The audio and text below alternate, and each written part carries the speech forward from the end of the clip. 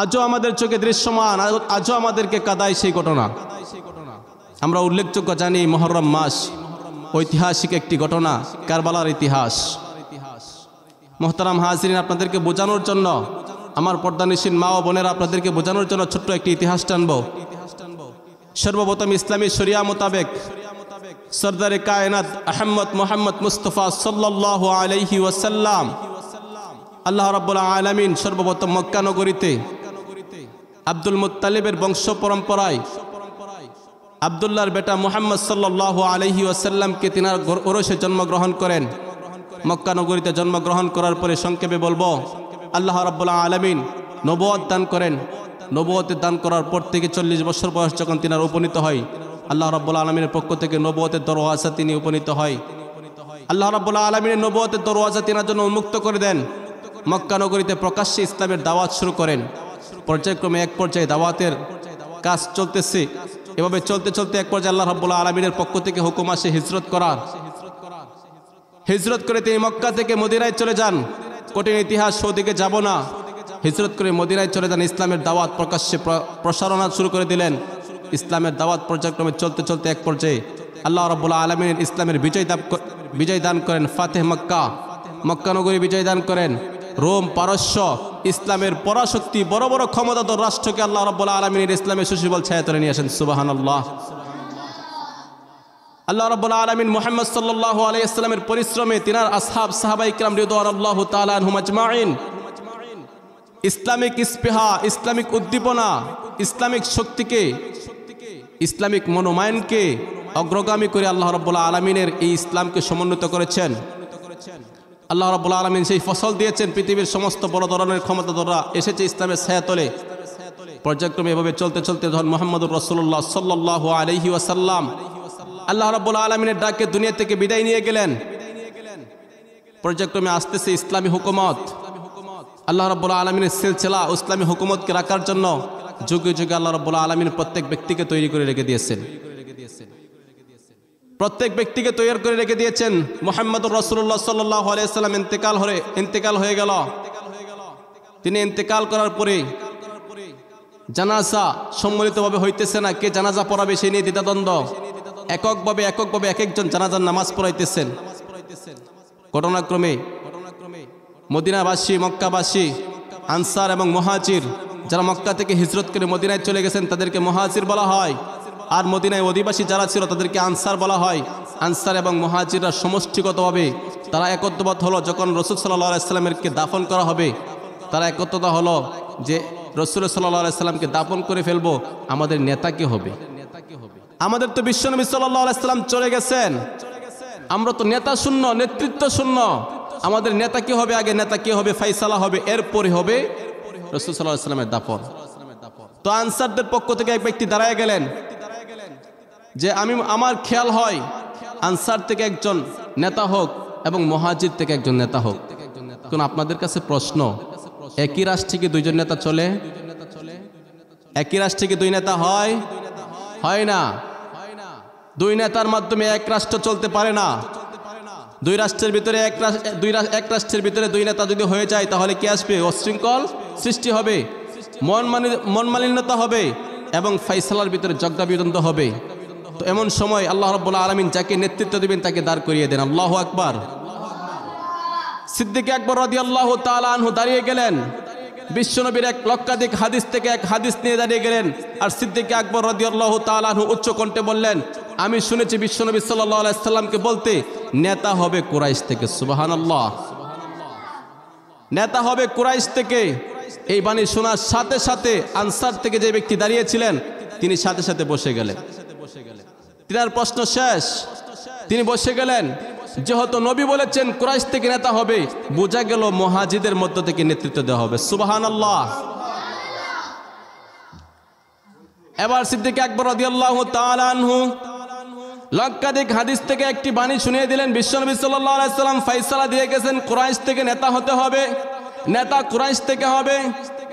এমন সময় মুহাজিরদের পক্ষ থেকে প্রস্তাবনা দেওয়া হয় ওমরে ফারুক রাদিয়াল্লাহু তাআলা আনহুকে নেতা বানানো হোক। আনসারদের থেকে প্রশ্ন আসে ওমরে ফারুক রাদিয়াল্লাহু তাআলা আনহুকে নেতা বানানো হোক, কেননা বিশ্বনবী সাল্লাল্লাহু আলাইহি সাল্লাম নিজেই বলে গেছেন আমার পরে যদি কোনো নবী হয়, নবী হওয়ার যোগ্যতা রাখে একমাত্র ওমর। আল্লাহু আকবার। সাহাবায়ে কেরাম রিদওয়ানুল্লাহ তাআলা আনহুম আজমাইনদের পক্ষ থেকে অধিকাংশ রায় চলে আসলো উমরে ফারুক রাদিয়াল্লাহু তাআলা আনহুর পক্ষে তিনাকে নেতা বানানো হোক। এমন সময় সিদ্দিক আকবর রাদিয়াল্লাহু তাআলা আনহু এক কোণে বসা, ওমরে ফারুক রাদিয়াল্লাহু তাআলা আনহু আস্তে আস্তে পা হাঁটি করে হাত বাড়াইয়া বলেন, ও ভাই আবু বকর, আপনার হাত কেন বাড়াইয়া দেন? আমি ওমর ফারুক রাদিয়াল্লাহু তাআলা আনহু আপনার হাতে বয়াত হব। আল্লাহু আকবার। নেতা কাকে বলে? নেতৃত্ব এমনি আসে না, নেতৃত্বটা এমনি চলে আসে না। আমাদের দেশের সিস্টেম তো ব্যতিক্রম। রাত ইসলামের ব্যতিক্রম, ইসলামের নেতৃত্ব হওয়ার সিস্টেম ছিল ব্যতিক্রম। আল্লাহ তাআলার পক্ষ থেকে নেতৃত্ব চলে আসে। আল্লাহু আকবার। আমাদের দেশের সিস্টেমের মতো নয়, টাকা দিয়ে নেতা হওয়া চাই এরকম সিস্টেম ওই দিকে ছিল না, ইসলামেও নেই, আজও থাকবে না। ওমরে ফারুক রাদিয়াল্লাহু তাআলা আনহু আগায় গেলেন, ও ভাই আবু বকর, আপনার হাত বাড়াইয়া দেন, আপনার হাতে বায়াত গ্রহণ করব।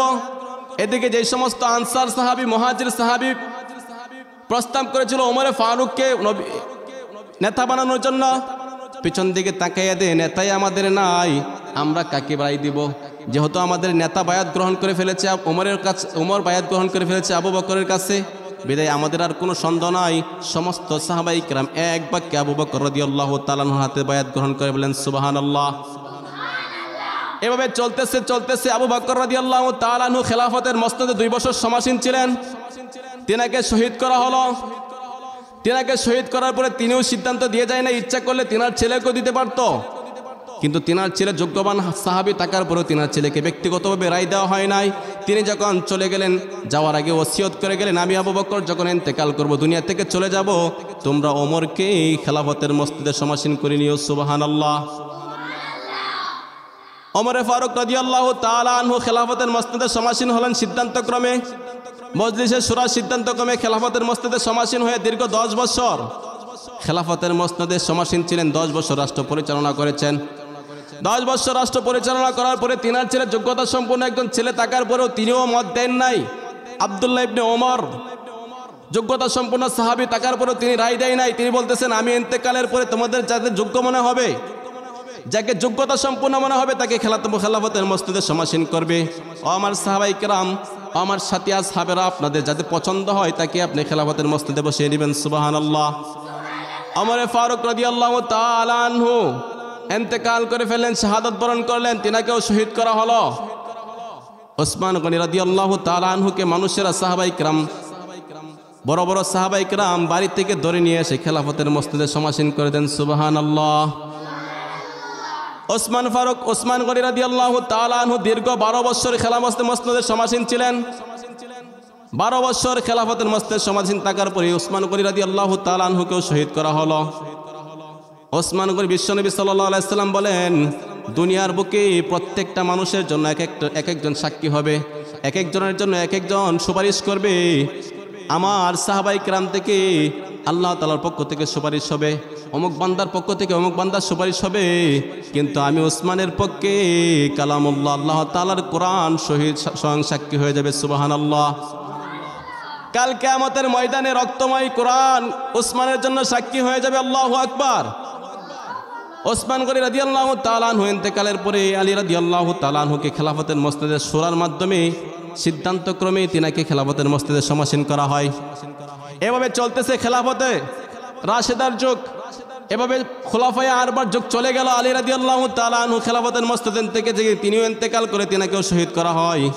এভাবে চলতে চলতে হাসান রাদিয়াল্লাহু তাআলা আনহুকে খেলাফতের মসনদে সমাসীন করা হয়। কিন্তু সাহাবায়ে কেরাম, উল্লেখযোগ্য বড় বড় সাহাবায়ে কেরাম জীবিত থাকার কারণে হাসান রাদিয়াল্লাহু তাআলা আনহুকে পরবর্তীতে আমিরে মুআবিয়া রাদিয়াল্লাহু তাআলা আনহুকে খেলাফতের মসনদে সমাসীন করা হয়। আল্লাহু আকবার। ইসলামের কি সুন্দর সিস্টেম, কি সুন্দর শূরা। আল্লাহ তাআলার পক্ষ থেকে ফাইসালা, মানুষের ফাইসালা করবে আল্লাহ তাআলার পক্ষ থেকে ঘোষিত আমির। সুবহানাল্লাহ। কত সুন্দর সিস্টেম। যখনই উমর আমিরে মুআবিয়া রাদিয়াল্লাহু তাআলা, তিনি জলিলুল কদর সাহাবী ছিলেন, বদরি সাহাবী ছিলেন, জান্নাতের সার্টিফিকেট প্রাপ্ত একজন সাহাবী ছিলেন। তিনার সিদ্ধান্ত অটল ছিল। তিনি যখন তিনার ছেলেকে সিস্টেম পরিবর্তন করে ফেললেন, সূরা পরিবর্তন করে ফেললেন, সিস্টেম পরিবর্তন করে তিনাকে যখন নেতৃত্বের আসনে বসানো হয়, খেলাফতে মস্তদে বসানো হয়, তিনি যখন তিনার ছেলেকে বসিয়েছিলেন, যোগ্যতা সম্পূর্ণ ছিল, দিনদার ছিল, কিন্তু তিনার ইন্তেকালের পরে ইয়াজিদ পরিবর্তন হয়ে গেল। এদিকে যখন দেখা গেল তিনি ইন্তেকাল করলেন, তিনার সন্তান ইয়াজিদ খেলাফতের মস্তদে বসা। এদিক থেকে মক্কা নগরী দুই ভাগ হয়ে গেল, মদিনা অঞ্চল, আর এদিকে দামেস্কে খেলাফতের মস্তদে সমাসীন ছিলেন ইয়াজিদ। এদিকে মদিনাবাসীরা তাদেরকে মানে না, কুফাবাসীরাও মানে না। কেননা আপনাদেরকে একটা উদাহরণ বোঝাই, আপনি যখন কোথাও গাড়ি দিয়ে চলতেছেন, গাড়ি চলার পরে যাত্রী আছে অনেক, বাচ্চারা কথা বলো না, যাত্রী আছে অনেক, বড় বড় বুজুর্গ, ওলামায়ে কেরাম, আলেম, ওলি আবদাল, গাউস কুতুব, বড় বড় বনশীরা পিছনে বসা, কিন্তু ড্রাইভিং সিটে বসা একজন মদখোর মাতাল ড্রাইভিং সিটে বসা, আর পিছনে আল্লাহওয়ালা বুজুর্গ, বড় বড় পীর আউলিয়া মাশায়েখ পিছনে বসা। পিছনে বসে বসে যদি সুবহানাল্লাহ পড়ে আর ড্রাইভিং সিটে যদি একজন মাতাল বসে থাকে, ওই মাতাল গাড়ি চালাবে কিন্তু ঠিকই, কিন্তু গাড়ি রাস্তা দিয়ে চলবে না, ওই গাড়ি নিয়ে সরাসরি খালে চলে যাবে, ঠিক কিনা? আপনি ড্রাইভিং সিটে মাতাল বসিয়েছেন, রাস্তায় থাকবে না, পুকুরে অবশ্যই পড়বে, যতই বড় বুজুর্গ আপনি পিছনে বসে থাকেন না কেন। এদিকে হুসাইন রাদিয়াল্লাহু তাআলা আনহু, রাসূল সাল্লাল্লাহু আলাইহি সাল্লামের সাথী, রাসূল সাল্লাল্লাহু আলাইহি সাল্লামের একজন প্রিয় মানুষ ছিল হুসাইন রাদিয়াল্লাহু তাআলা আনহু, আদরের দুলাল নাতি হুসাইন রাদিয়াল্লাহু তাআলা আনহু গর্জে গেলেন। কুফা নগরী থেকে শত শত চিঠি আসতেছে, ও হুসাইন, আমাদের কুফার পক্ষ থেকে সমস্ত মানুষ, কুফাবাসী, কুফা নগরী আপনার কাছে বায়াত গ্রহণ করতে চায়। ইয়াজিদের কাছে বায়াত গ্রহণ করবে না। ইয়াজিদ সিংহাসনে বসেছে, ক্ষমতার মস্তদে ব্যক্তিগত ক্ষমতা কাঠায়। ইয়াজিদ বেআইনি করে ইনসাফ করে না, ইনসাফ স্থাপন করে না, ইয়াজিদ বেআইনি করে। যখন কুফা নগরী থেকে চিঠি আসতেছে হুসাইন রাদিয়াল্লাহু তাআলা আনহুর কাছে বায়াত গ্রহণ করবে, এক পর্যায়ে জাস্টিফাই করার জন্য হুসাইন রাদিয়াল্লাহু তাআলা আনহু তিনার আপন চাচাতো ভাই মুসলিম বিন আকিল রাদিয়াল্লাহু তাআলা আনহুকে খবর নেওয়ার জন্য তিনি পাঠিয়ে দিলেন। মুসলিম বিন আকিল যখন গেলেন, দেখলেন কুফা নগরীতে প্রবেশ করলেন। কুফা নগরীতে প্রবেশ করে তিনি জাস্টিফাই করে, পর্যবেক্ষণ করে যখন দেখলেন মুসলিম কুফা নগরীর 99% মুসলমান হুসাইন রাদিয়াল্লাহু তাআলা আনহুর কাছে বায়াত গ্রহণ করতে চায়, ইয়াজিদের কাছে বায়াত গ্রহণ করবে না। ইয়াজিদকে তারা আমির মানে না, ইয়াজিদকে তারা খেলাফতের মস্তদে দেখতে চায় না। হুসাইন রাদিয়াল্লাহু তাআলা আনহুর কাছে বায়াত গ্রহণ করবে, হুসাইন রাদিয়াল্লাহু তাআলা আনহুর কাছে বায়াত চাই। এভাবে যখন চিঠি আসলো, সংবাদ আসলো, চিঠি আসার পরে হুসাইন রাদিয়াল্লাহু তাআলা আনহু প্রস্তুতি হয়ে গেলেন। তিনার আপন চাচাতো ভাই মুসলিম বিন আকিল সংবাদ দিয়ে দিলেন। সংবাদ যখন আসার পরে হুসাইন রাদিয়াল্লাহু তাআলা আনহু তৈয়ার হয়ে গেলেন, ঘোষণা করে দিলেন, মদিনা নগরীতে আমি কুফা নগরীর দিকে যাত্রা করতেছি ইসলামকে বিজয় করার জন্য। যেই মদখোর মাতাল, আমি হুসাইন নবীর নাতি বেঁচে থাকতে, আমি আলী ইবনে মুর্তজা আলীর সন্তান বেঁচে থাকতে, আমি ফাতেমার সন্তান বেঁচে থাকতে, আমি কোনোদিন এই খেলাফতের মসনদে, যেই খেলাফতের মসনদে আমার নানা প্রিয় নানা মুহাম্মদুর রাসূলুল্লাহ সাল্লাল্লাহু আলাইহি সাল্লাম সমাসীন ছিলেন, যেই খেলাফতের মসনদে ওমরে ফারুক সমাসীন ছিলেন, যেই খেলাফতের মসনদে আবু বকর সিদ্দিক রাদিয়াল্লাহু তাআলা আনহু সমাসীন ছিলেন, যেই খেলাফতের মসনদে আলী রাদিয়াল্লাহু তাআলা আনহু সমাসীন ছিলেন, যেই খেলাফতের মসনদে ওসমান গনি রাদিয়াল্লাহু তাআলা আনহু আমিরে মুআবিয়া সমাসীন ছিলেন, এই খেলাফতের মসনদে একজন মদখোর মাতাল বসবে, একজন জিনাকুর বসবে, বেইনসাফকারী বসবে। আমি হুসাইন রাদিয়াল্লাহু তাআলা আনহুর গায়ে এক ফোঁটা রক্ত থাকতে আমি সেটা বরদাস্ত করতে পারবো না, ঠিক কিনা? এক বিন্দু পরিমাণ রক্ত থাকতে ইসলামের কিঞ্চিত পরিমাণ ক্ষতি হতে দিব না। আমি হুসাইনের গায়ে যদি এক ফোঁটা রক্ত থাকা পর্যন্ত আমি কখনো ওই খেলাফতের মসনদে মাতালকে বসতে দিব না। হুসাইন রাদিয়াল্লাহু তাআলা আনহু কাফেলা নিয়ে তৈরি হয়ে গেলেন। হাদিসের বিভিন্ন রিওয়ায়াত ক্রমে পাওয়া যায়, কোথাও এসেছে 72 জন, কোথাও এসেছে 71 জন, কোথাও এসেছে 200 জন, কিন্তু সহি বর্ণনা মতে 72 জনের কথা আসছে। সহি বর্ণনা মতে 72 জনের ঘটনা পাওয়া গেছে। 40 জন পুরুষ সাহাবী আর 30 জন মহিলা সাহাবী নিয়ে তিনি রওনা হয়ে গেলেন। তিনার 72 জন সাথী নিয়ে রওনা হয়ে গেলেন কুফা নগরীর দিকে। তখনকার সময় অত্যাধুনিক সিস্টেম ছিল না, বর্তমান সময়ের মতো আধুনিক কোনো সিস্টেম ছিল না।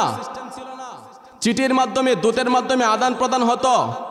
যখন সংবাদ পেয়ে গেল ইয়াজিদ ইয়াজিদ যখন সংবাদ পেয়ে গেল হুসাইন রাদিয়াল্লাহু তাআলা আনহু কুফা নগরীকে বায়াত করার জন্য, কুফা নগরী এমন একটা নগরী যেই নগরীর ভিতরে লক্ষ লক্ষ উলামায়ে কেরাম, আল্লাহ রাব্বুল আলামিন লক্ষ লক্ষ বড় বড় আলেম প্রেরণ করেছেন এমন একটা নগরী, যেই কুফা নগরীর ভিতরে তখনকার সময় বড় বড় বুজুর্গরা অবস্থান করেছিলেন। এই কুফা নগরী থেকে সংবাদ আসছে, ইয়াজিদ বলতেছে যদি হুসাইন রাদিয়াল্লাহু তাআলা আনহু কুফা নগরীতে চলে যায় তার অবস্থা খারাপ হয়ে যাবে। মুহূর্তের ভিতরে ইয়াজিদ সিদ্ধান্ত পরিবর্তন করে ফেললেন। উবাইদুল্লাহ বিন জিয়াদকে কুফা নগরীর গভর্নর নিযুক্ত করে দিলেন আর পরোয়ানা জারি করে দিলেন। ইয়াজিদ পরোয়ানা জারি করে দেন, ও উবাইদুল্লাহ বিন জিয়াদ, তোমাকে কুফা নগরীর গভর্নর করে দেওয়া হলো, তুমি কুফা নগরীতে অবস্থান করবে আর কুফা নগরীর ভিতরে পর্যবেক্ষণ করবে কে ইনভাইট করেছে হুসাইন রাদিয়াল্লাহু তাআলা আনহুকে কুফা নগরী আসার জন্য, বায়াত গ্রহণ করার জন্য কে ইনভাইট করেছে, কে স্বাগতম জানিয়েছে, তাকে খবর নাও, খোঁজ নাও। আমি সাথে সাথে দেখতে চাই তাকে হত্যার, তার করলা দেখতে চাই। ইয়াজিদ হুকুম জারি করে দিলেন গভর্নরকে, উবাইদুল্লাহ বিন জিয়াদ গভর্নর কুফা নগরীর ভিতরে ত্রাস চালিয়ে দিলেন, গোয়েন্দা বিভাগ চালিয়ে দিলেন, এনএসআই, ডিজিএফ, পুলিশের ঊর্ধ্বতন কর্মকর্তা, এভাবে গোয়েন্দা বিভাগ লাগিয়ে দিলেন দেখবে খোঁজ লাগানোর জন্য কে কুফা নগরীতে এই সংবাদ পৌঁছিয়েছেন আর কার পক্ষ থেকে হুসাইন রাদিয়াল্লাহু তাআলা আনহুকে দাওয়াত দেওয়া হয়েছে বায়াতের জন্য। সংবাদ শুরু করে দিলেন, তল্লাশি শুরু করে দিলেন। তল্লাশ করতে করতে এক সময় দেখে এক পর্যায়ে মুসলিম বিন আকিল, হুসাইন রাদিয়াল্লাহু তাআলা আনহুর চাচাতো ভাই মুসলিম বিন আকিলকে পেয়ে গেলেন। কি মর্মান্তিক ঘটনা! ইসলামের এরকম নজির, এরকম দৃশ্য আর পৃথিবীতে আসবে না কখনো। আল্লাহু আকবার! ইসলামের এই নজির স্থাপন করে গেছেন হুসাইন রাদিয়াল্লাহু তাআলা আনহু, এই নজির আর পৃথিবীতে আসবে না। আল্লাহু আকবার!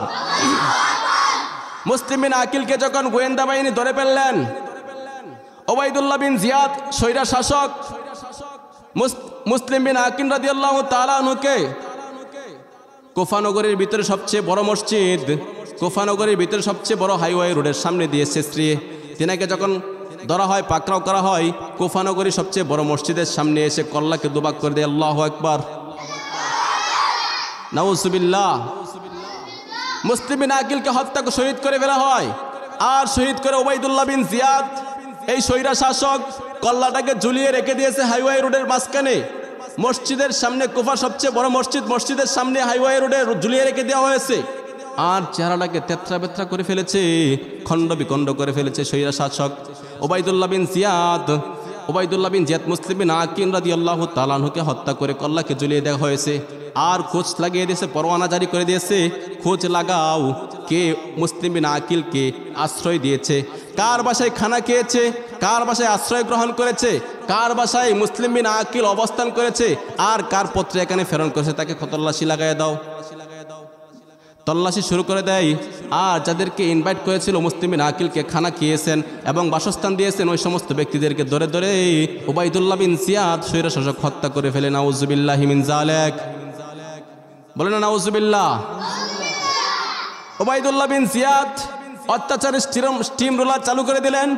এদিকে কুফা নগরীর ভিতরে 99% মুসলমান ছিল বায়াত গ্রহণ করার জন্য আর ইয়াজিদের তাণ্ডবে 2-3 দিনের ভিতরে পরিবর্তন হয়ে গেল কুফা নগরী।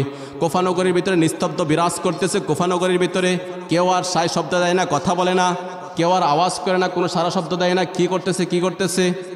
এদিকে হুসাইন রাদিয়াল্লাহু তাআলা আনহু কাফেলা নিয়ে চলে আসলো। যখন সংবাদ পেল হুসাইন রাদিয়াল্লাহু তাআলা আনহু কুফা নগরীর দিকে প্রবেশ করতেছে, ইয়াজিদ দামেস্ক থেকে পরোয়ানা জারি করে দিল, ও উবাইদুল্লাহ বিন জিয়াদ, যাও হুসাইন রাদিয়াল্লাহু তাআলা আনহু যেন কোনো ক্রমে কুফা নগরীর ভিতরে প্রবেশ না করতে পারে, আটকিয়ে ফেলো তাদেরকে।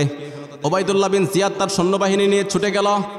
উবাইদুল্লাহ বিন জিয়াদ সৈন্যবাহিনী নিয়ে চলতে এক পর্যায়ে ফুরাত নদীর প্রান্তরে চলে গেল। হুসাইন রাদিয়াল্লাহু তাআলা আনহু যখন ফুরাত নদীর প্রান্তরে চলে আসে এমন সময় ব্যারিকেড তৈরি করে দিল উবাইদুল্লাহ বিন জিয়াদের সৈন্যবাহিনীরা। উবাইদুল্লাহ বিন জিয়াদের সৈন্যবাহিনীরা হুসাইন রাদিয়াল্লাহু তাআলা আনহুকে আটকিয়ে ফেললেন, চতুর্পাশ দিয়ে ঘেরাও করে ফেললেন। হুসাইন রাদিয়াল্লাহু তাআলা আনহুর সাথী সঙ্গে ছিল 72 জন আর উবাইদুল্লাহ বিন জিয়াদ 6000 সৈন্যবাহিনী নিয়ে পাকড়াও করে ফেললেন। এবার আপনারাই বলেন 72 জন মুসলমান আর ইয়াজিদির সংখ্যা ছিল 6000। এখন 6000 সৈন্য সংখ্যা 72 জনের পাশ দিয়ে যুদ্ধ করা লাগবে? হেঁটে গেলেই ধ্বংস হয়ে যাবে। যদি 72 জনের উপর দিয়ে 6000 হেঁটে যায়, মার্চ করে নিষ্পেষিত হয়ে যাবে, যুদ্ধ করার কোনো প্রয়োজন নাই, ঠিক কিনা?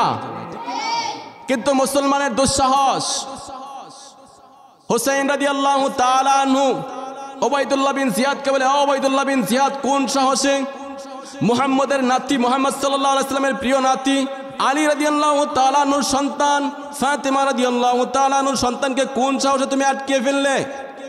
হুসাইন রাদিয়াল্লাহু তাআলা আনহু বলেন, আমি যতদিন পর্যন্ত ইসলামের আরকানের ভিতরে থাকব, আমার শরীরে এক বিন্দু পরিমাণ রক্ত থাকতে এই স্বৈরা শাসককে আমি কখনোই বরদাস্ত করতে পারবো না। আল্লাহু আকবার। আমাকে কুফা নগরে যেতে দাও। আমি উবাইদুল্লাহ বিন জিয়াদকে মানি না, আমির মানি না। এই মদকুরকে আমি ক্ষমতার সিংহাসনে দেখতে চাই না। মদকুরকে আমি ক্ষমতার সিংহাসন থেকে বরখাস্ত করব।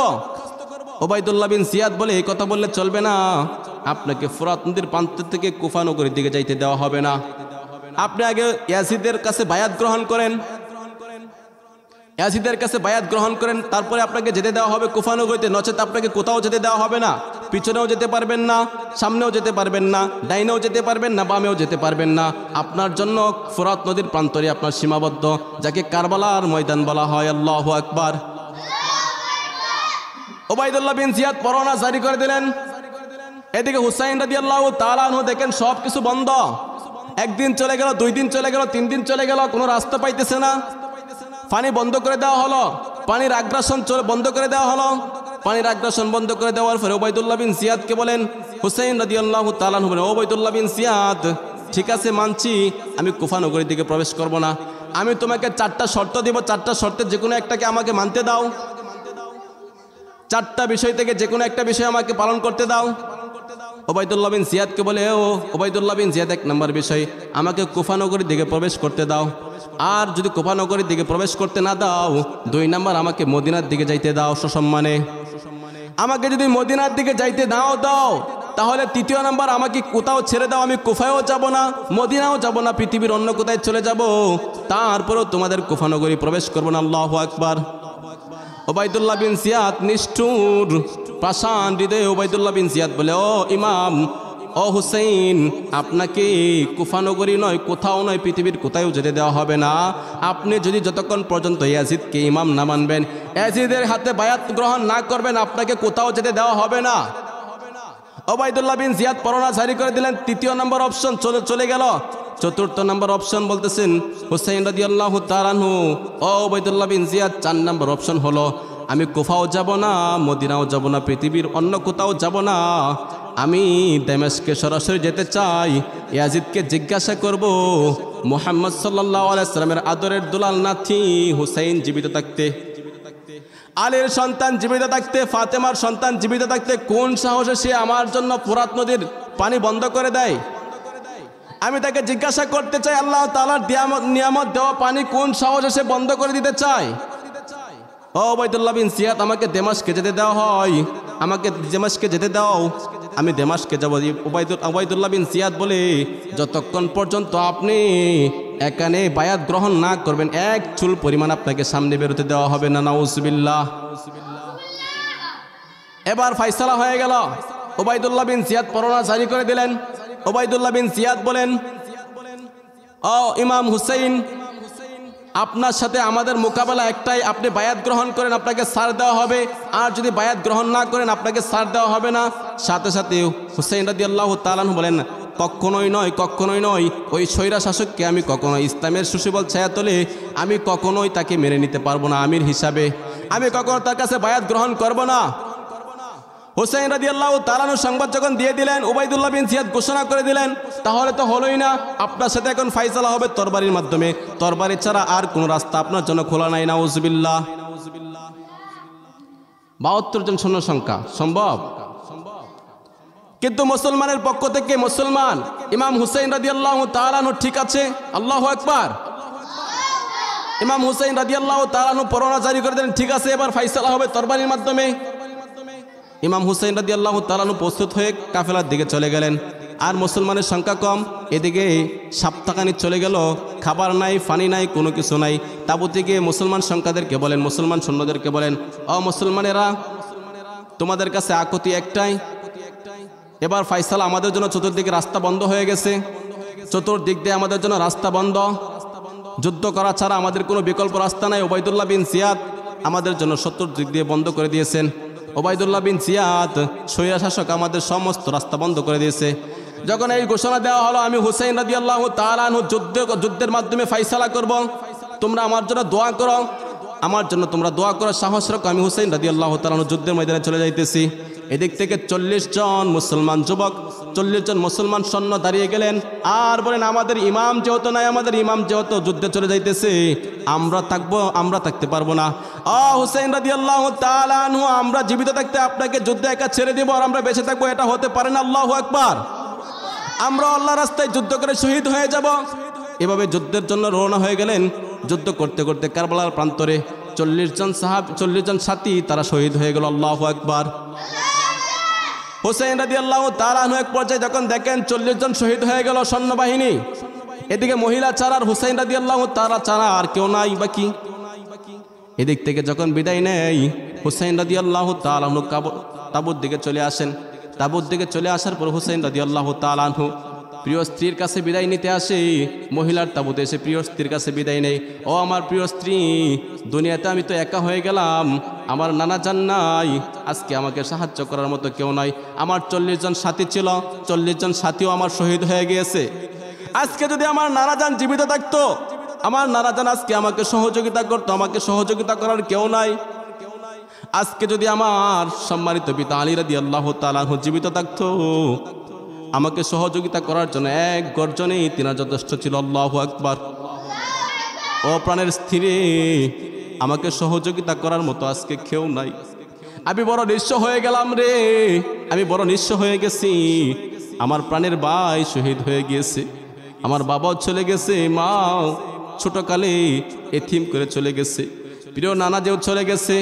ও প্রাণের স্ত্রী, তোমার কাছে দাবি মাপ চাই, আমার অধিকারের ক্ষেত্রে যদি কোনো প্রকার অধিকার হরণ হয়ে থাকে আমাকে ক্ষমা করে দিও। ও প্রাণের স্ত্রী, যুদ্ধের ময়দানে চলে গেলাম, এমন সময় স্ত্রীর পক্ষ থেকে সংবাদ আসে, ও প্রাণের স্বামী রে, আমার আর কোনো দাবি নাই। এই যে দেখো আমার দুধের শিশুকুলের বাচ্চা আজগর 3 দিন নয় 4 দিন নয় 1 সপ্তাহ ধরে পানি করতেছে, পানির জন্য চিৎকার করে চটপট করে মরে যাইতেছে। ও প্রাণের স্বামী, আমার ছোট শিশুটাকে একটু পানি পান করাও, আমি আর কোনো দাবি রাখি না। নিষ্ঠুর ইয়াজিদ ওবায়দুল্লাহ বিন জিয়াদ যখন হুসাইন রাদিয়াল্লাহু তাআলা আনহু ফোরাত নদীর প্রান্তরে কারবালার প্রান্তরে চলে গিয়ে যখন পানির জন্য দায় চাইল, ও ওবায়দুল্লাহ বিন জিয়াদ, তোমার কাছে আর কোনো দাবি নাই, আমার সৈন্যকে পানি খাওয়াও নাই, আমাকে পানি পান করাও নাই, কোনো দাবি নাই, আমার ছোট্ট কুলোর শিশুকে আমি তোমার কাছে দাবি জানাইতেছি, অল্প একটু পানি দাও, আমার শিশুটা পানির পিপাসিত হয়ে মরে যাইতেছে, ইন্তেকাল করতেছে। ও ওবায়দুল্লাহ বিন জিয়াদ, অল্প একটু পানি দাও। নিষ্ঠুর ওবায়দুল্লাহ বিন জিয়াদ পানি তো দেয় নাই, অনুমতি দেয় নাই, সাথে সাথে তীর নিক্ষেপ করে ওবায়দুল্লাহ বিন জিয়াদের সৈন্যরা আজগরকে শহীদ করে ফেলে। আল্লাহু আকবার। এভাবেই নিষ্ঠুর ইতিহাস তৈরি হয়ে যায়। ওবায়দুল্লাহ বিন জিয়াদের অত্যাচারে হুসাইন রাদিয়াল্লাহু তাআলা আনহু কারবালার প্রান্তরে আবার তিনি চলে আসলেন। যুদ্ধ করতে করতে এক পর্যায়ে হুসাইন রাদিয়াল্লাহু তাআলা আনহু শতাধিক সৈন্যকে শহীদ করেন, শতাধিক সৈন্যকে ইন্তেকাল করে জাহান্নামে প্রেরণ করে দেন। নাউজুবিল্লাহ। যুদ্ধ করতে করতে শতাধিক সৈন্যকে একবারে আসর পর্যন্ত একটানে হুসাইন রাদিয়াল্লাহু তাআলা আনহু যুদ্ধ করে শত শত সৈন্যবাহিনী ইয়াজিদি বাহিনীকে একবারে জাহান্নামে নিক্ষেপ করে দেয় এবং ফোরাত নদী খালি করে ফেলে। আল্লাহু আকবার। হুসাইন রাদিয়াল্লাহু তাআলা আনহু এক পর্যায়ে ফোরাত নদীর প্রান্তরে ক্লান্ত হয়ে গেছেন, পিপাসার্ত, সপ্তাহখানিক ধরে খাবার নাই, পানি নাই। ফোরাত নদীর প্রান্তরে গিয়ে তিনি পানি পান করতেছে। এমন মুহূর্তে চুলের উপর পানি নেই, চুল দিয়ে যখন পানি নেই, এমন সময় তিনি চিন্তা করতেছেন, আমার 40 জন সাথী নিয়ে আসছি, পুরুষ সাথী, তারা দুনিয়া থেকে চলে গেছে, আমার নানাও চলে গেছে, বাবাও চলে গেছে, মাও চলে গেছে, প্রাণের ভাইও চলে গেছে, আমার প্রিয় সন্তানও চলে গেছে, পৃথিবীতে বড় একা হয়ে গেলাম আমি তো বড় একা হয়ে গেলাম পৃথিবীর বুকে, আমার বেঁচে আর লাভটা কি? ও মালিক, তুমি দেখেছো, তুমি এর ফাইসালা করে দাও। এমন সময় তিনি হাত থেকে পানিটা ফেলে দিলেন, ফেলে দিয়ে উপরে চলে আসলেন, হঠাৎ করে পড়ে গেলেন। পরে গিয়ে জমিনের উপর পড়ে যাওয়ার পরে ইয়াজিদি বাহিনী দেখে হুসাইন জমিনে পড়ে গেছে। এমন সময় আক্রমণ করে ইয়াজিদি বাহিনী হুসাইন রাদিয়াল্লাহু তাআলা আনহুর কল্লাটাকে শরীর থেকে দুভাগ করে ফেলে। নাউজুবিল্লাহ। কল্লাটাকে শরীর থেকে দুভাগ করে হুসাইন রাদিয়াল্লাহু তাআলা আনহুকে শহীদ করে ফেলে, শরীরটাকে তেত্রা বেত্রা করে ফেলে। হুসাইন রাদিয়াল্লাহু তাআলা আনহুকে কারবালার প্রান্তরে শহীদ করে হুসাইন রাদিয়াল্লাহু তাআলা আনহুর কল্লাটাকে উবাইদুল্লাহ বিন জিয়াদ কুফা নগরীর সবচেয়ে বড় মসজিদের সামনে নিয়ে যায়। নিয়ে এভাবে এই রাষ্ট্রপ্রধান হাইওয়ে রোডে প্রকাশ্যে দিবালোকে মানুষের মজমার ভিতরে ঝুলিয়ে রেখে হুসাইন রাদিয়াল্লাহু তাআলার কল্লাটাকে নাউজুবিল্লাহ। নিষ্ঠুর বেঈমানেরা এইভাবে ইতিহাস তৈরি করে ফেলে হুসাইন রাদিয়াল্লাহু তাআলাকে শহীদ করে। কিন্তু হুসাইন রাদিয়াল্লাহু তাআলা শাহাদাত বরণ করেছে ঠিক, হুসাইন রাদিয়াল্লাহু তাআলা মরে যায় নাই। আজও পর্যন্ত হুসাইন রাদিয়াল্লাহু তাআলা শাহাদাতের এই তামান্না জীবিত আছে, উজ্জীবিত আছে, ঠিক কিনা? হাজার হাজার হুসাইন ঘরে জন্মগ্রহণ করে, ঠিক কিনা? হাজার হাজার মুসলমানের সন্তানের নাম হুসাইন, ঠিক কিনা? লক্ষ লক্ষ মুসলমানের সন্তানের নাম হুসাইন, কিন্তু পৃথিবীর বুকে একজন সন্তানের নাম ইয়াজিদ রেখেছে এরকম পাওয়া যায় না, ঠিক কিনা? একজন কাফেরের সন্তানের নাম ইয়াজিদ এরকম কোনো প্রমাণ পাওয়া যায় না, ঠিক কিনা? ইয়াজিদ বাতিল দুর্বৃত্ত হয়ে গেছে, আর হুসাইন রাদিয়াল্লাহু তাআলা হককে উচ্চ মাকাম করে রেখে দিয়েছে, ঠিক কিনা? আল্লাহ তাআলা আমাদেরকে হক পথে সঠিক দিনের পথে চলার তৌফিক দান করুন, সকলে বলি আমিন। ইসলামী হুকুমতের ক্ষেত্রে পরিপূর্ণভাবে পাবন্দী হওয়ার তৌফিক দান করুন, সকলে বলি আমিন। আজকের ইসলামী মাহফিলকে কবুল করুন, সকলে বলি আমিন। ওয়া আখিরি দাওয়ানা আলহামদুলিল্লাহি রাব্বিল আলামিন। আসসালামু আলাইকুম ওয়া রাহমাতুল্লাহি ওয়া বারাকাতুহু।